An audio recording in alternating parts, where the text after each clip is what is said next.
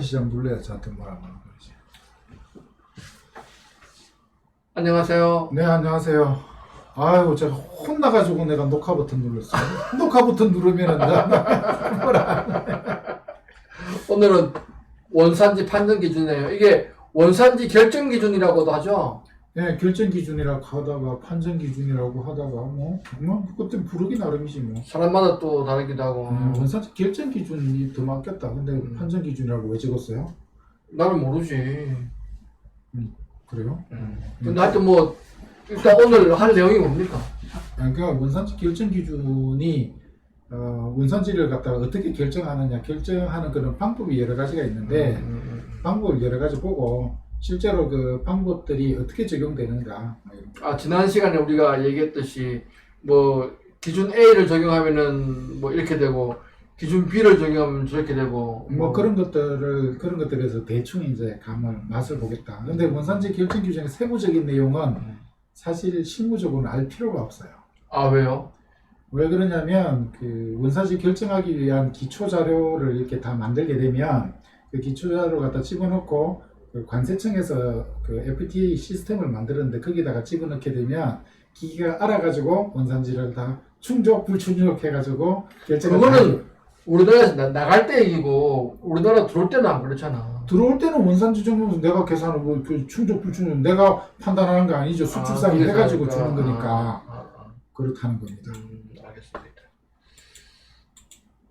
자, 봅시다. 원산지 판정 목적에 따라서 판정 기준이 달라질 수 있다. 이게 또 무슨 말이야.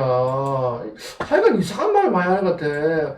아니, 하나가 딱 정해지면 정해져야지. 왜 자꾸 근데 이게. 같은 물건에 대해서도요, 네. 저 원산지를 표시 목적이죠. 아. 그래서 원산지 표시를 할 때는 원산지를 어느 나라로 할 것인가 그렇게 뭡니까 판단을 갖다 해야 되잖아요. 네. 그렇게 판단을 갖다 하게 될 때는 우리나라 대외무역법이 적용이 돼요. 대외무역법이 적용이 되는데 대외무역법은 좀 이따가 설명드리겠지만 대외무역은 기본적으로 3번 변경 기준으로 판단해버려요. 원산지 표시를 갖다 할 때는. 그런데 이제 관세상 혜택을 갖다가 주게 된다. FTA 목적으로 원산지를 판정을 할 때는 이거는 그 3번 변경 기준을 적용할 때도 있고 부가가치 기준을 적용할 때도 있고 주요 공정 기준을 적용할 때도 있고 뭐 경우에 따라서는 또 그 주요 부품 기준으로 이렇게 판정을 하다. 아니, 그러니까 내 말은 판정의 목적이 뭐냐고요. 판정의 목적. 그래서 아까 말했다시피 그 특혜 관세를 주는 게 판정의 목적 아니에요? 그거는 이제 그거는 FTA 같은 경우에는 특혜 관세를 갖다 주는 거지만 원산지를 갖다 표시하기 위해서도 판정을 해야 되잖아요. 그러니까 원산지 결정 기준 충족을 못 시켰는데 무조건 그냥 우리 미국을 살짝 그냥 미국 옆으로 지나왔다고 해가지고 미국에 들렀다고 갔다고 메이드 인 USA로 넣으면 안 돼. 메이드 인 USA라고 원산지 표시를 하면 안 되잖아요. USA라고 표시하기 위해서는 미국에서 HS 코드가 6단위가 바뀐다든지 4단위가 바뀐다든지 그래야지만 메이드 인 USA라고 표시를 갖다 할 수가 있는 겁니다. 하여간 또 좀 어려운 말고 지금 좀 처음에는 어려워요. 그래서 같은 물건에 대해서도 원산지를 갖다가 판정하는 그런 목적에 따라서 원산지 결정 기준이 달라진다라는 겁니다. 그래서 이제 어느 나라를 원산지로 표시할 것인가 할 때는 HS 3번 변경 기준으로 하고 그 다음에 요게 그 관세상 혜택을 갖다 주느냐 안 주느냐 그 기준을 할 때는 FTA마다 다 틀린데 어떤 FTA는 부가가치 기준으로 따지고 어떤 FTA는 또 이렇게 3번 변경 기준으로 따지고 이런 식으로 어떤 FTA는 또 가공 공정을 기준으로 따지기도 하고 그렇습니다. 알겠습니다. 넘길까요? 대외무역법, 관세법, FTA 협정대에서 지정한 원산지 결정 기준은 다 다릅니다. 그래서 판정 목적이 다르기 때문에 대외무역법에서 정하는 결정 기준과 관세법에서 정하는 결정 기준과 FTA 협정에서 정하는 그 원산지 결정 기준이 각각 다르다. 하지만 요즘 들어서 FTA 때문에 많이 원산지 증명서가 중요해졌었으니까 FTA를 중심으로 공부를 해요. 알겠죠. 네네. 근데 나중에 이제 공부하게 되면 알 필요가 있다, 없다라는 것까지 제가 결론을 내드릴 겁니다. 자, 그래서 원산지 판정 기준의 종류가 저렇게 크게는 가와나 2개로 있어요. 가와나 2개 있고 다 밑에 보니까 특수물품이라고 돼 있는데 저거는 다에 나와 있는 게 일반적이지 않은 거예요. 그래서 가에 나와 있는 기준을 충족해야 되는 거는 한 나라에서 모든 것이 끝내야지만 원산지로 인정해 주는 거예요. 농산물 이런 건가? 그 바다에서 잡은 거 이런 거 있죠. 수산물 이런 거? 그 바다에서 잡든지 그 한 나라에서 키워가지고 오롯이 다 생산했다든지 가축 같은 거는 태어나서 도축할 때까지 뭐 그 나라에서 됐다든지 이런 것들을 만족시켜. 그러면 그 생선 치어를 서해 그 공해상에서 잡아오면 어떻게 되나? 그거는 이제 그 공해상에 잡았는데 우리나라 배가 잡으면 우리나라 배, 중국 배가 잡으면 중국 배 되고 그래요. 원칙적으로는 그렇게 되는 거예요. 그런데 그런데 또 이것도 농담이 아니야? 농담 아니고 진담이에요. 진짜 그래요. 뭐야 그 이거? 관세법에 보면은 그 기준이 있어요. 그 기준이 아, 그래? 그래서 이게 관세법에 내국 아까 전에 보면은 물건도 국적이 내국 물품이 있고 외국 물품이 있다고 했죠. 공해에서 내국적의 선박이 잡게 되면 그 내국 물품이에요. 외국적에서 잡으면 외국 물품이 되는 거고. 그래서 어느 나라의 국적에 국기를 꽂은 배가 그걸 잡느냐에 따라서 그 해산물의 국적이 결정이 되는 겁니다. 그 참 이거 anyway 넘어갑시다. 예. 그렇습니다. 그런데 이제 이게 뭐 치어를 이렇게 뭐 중국에서 가지고 온 그 장어 치어를 우리나라에서 길렀을 때 완전 생산 기준이 적용되느냐 안 되느냐 뭐 이렇게 했을 때는 정확하게 따지기 위해서는 그 적용받고자 하는 FTA를 갖다 봐야 돼요. FTA마다 내용이 이렇게 다 틀리기 때문에. 그래서 뭐 그렇게 했을 때 완전 생산 기준이라고 하면은 탈락이겠죠. 치어를 가지고 키웠으면. 그런데 완전 생산 기준을 갖다가 아니고 밑에 나와 있는 실질적인 변형 기준을 갖다가 적용을 할 수 있게끔 해주는 FTA도 있을 수가 있어요. 그런 겁니다. 그런데 지금 완전 생산 기준이 적용될 수 있는 품목을 한 나라에서 자라거나 이렇게 사육하거나 이런 것들이죠. 그런데 지금 어떻게 되면 보게 되면 그 푸르파 국제 푸르파가 이렇게 돼 있어요.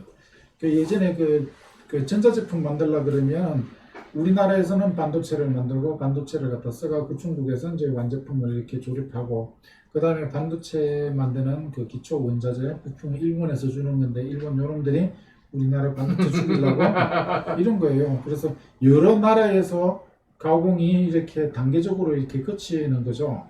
이윤 극대화를 위해 가지고 그러다 보니까 한 나라에서 완전하게 생산된다라는 것은 공산품에서는 참 보기가 힘들죠. 거의 불가능하지. 그래서 이제 실질적으로 변경이 되게 되면 원산지로 인정해주겠다라는 게 실질적인 변형 기준이다라고 보시면 돼요. 여기 3번 변경 기준이라는 게 이제 우리 보통 말하는 HS 코드를 말하는 거죠. 잘 알고 계시네요. 원래 HS 코드라는 게 이제 제품마다 이렇게 그 앞에 첫 자리가 무슨 뜻이고 두 번째는 무슨 뜻이고 뭐 이런 게 있잖아요. 그렇죠. 그러니까 이게 번호가 바뀐다는 거는 제품 자체가 바뀌어 버린다 뭐 이런 거잖아요. 그 가공 정도가 달라지게 되면 숫자가 이렇게 달라집니다. 예를 들면 지금 입고 있는 옷이면은 1000일 천일 때 HS 코드랑 오실 때 HS 코드랑 이렇게 달라집니다. 그다음 또 이게 또 이제 뭐 겉과 속으로 또 들어가지면 또 이게 또 달라지고 뭐 그렇습니다. 그러면은 이제 실질적으로 바뀌었다. 실일 때랑 1000일 때랑 50일 때랑 이렇게 HS가 바뀌었다. 이렇게 달라지거든요. 그럼 이제 이게 중국에서 올 때는 1000이었다가 한국 와서 50이 됐다. 그러면 이제 HS 코드가 바뀐다는 거죠. 그래서 HS 코드가 바뀌었을 때에 원산지로 인정을 해주겠다. 저게 세번 변경 기준이에요. 그런데 이제 저것도 세번 변경 기준도 세분이 많이 바뀌어야지만 인정을 갖다 해주는 경우, 적게 바뀌어도 인정해주는 경우 이렇게 나눠져요. 그래서 HS 코드가 우리나라는 총 10단위까지 4개, 2개, 4개. 그죠. 4개, 2개, 4개 이렇게 부여하는데 국제적으로 공통되는 6단위까지. 4개, 2개. 2개. 2개. 자, 2개 해가지고 6개까지 이렇게 공통적으로 돼 있고. 내 말은 숫자 4개 점, 2개 점, 4개 돼 있잖아. 원래 저게 숫자 그 그룹을 97개인가 그 그룹으로 이렇게 나눴어요. 그래서 01그룹, 02그룹 해가지고 90몇 그룹 하다 보니까 처음에가 2자리. 그래서 처음에 2자리를 뉴라고 하고 뉴를 갖다가 더 그 네 자리를 갖다 호라고 하고 그 호 네 자리를 갖다 더 세분해서 6자리로 만든 걸 소호라고 이렇게 얘기를 갖다 하는 거예요. 영어로. 헤딩, 서브 헤딩.